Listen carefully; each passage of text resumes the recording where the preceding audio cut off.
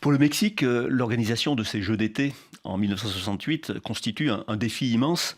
C'est la première fois qu'un pays relativement mineur, à la fois sur le plan économique et sur le plan sportif, organise un tel événement. Mais le Mexique de cette époque, c'est un pays qui est aux mains d'un parti unique et qui assiste à l'avancée de revendications marxistes dans toute une partie de l'Amérique centrale.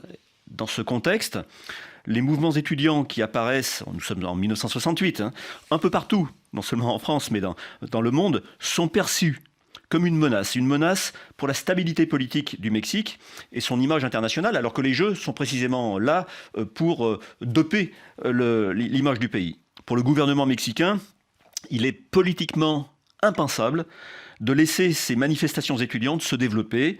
Et le 2 octobre, à 10 jours de l'ouverture des Jeux, ordre est donné à l'armée de faire feu sur les étudiants réunis dans un quartier de Mexico.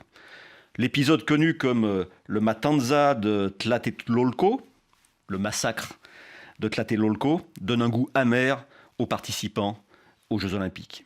La guerre froide continue alors de modeler les Jeux. Pour la première fois, l'Allemagne est ainsi représentée par 2 délégations. C'était différent auparavant, mais c'est surtout à travers la question raciale que la politique s'impose alors à tous. D'abord parce que le CIO est prêt à lever les sanctions contre l'Afrique du Sud et son régime d'apartheid.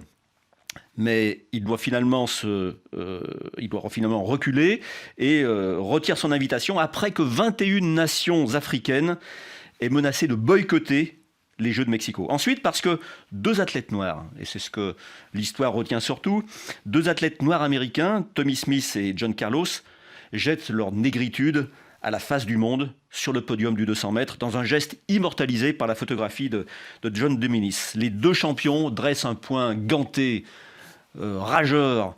Ils se tiennent en chaussettes, la tête baissée pendant l'hymne américain.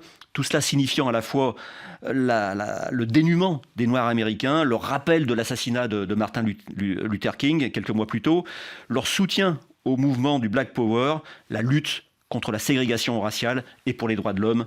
Ils seront suspendus de l'équipe américaine, bannis du village olympique, avant d'être exclus à vie des Jeux olympiques.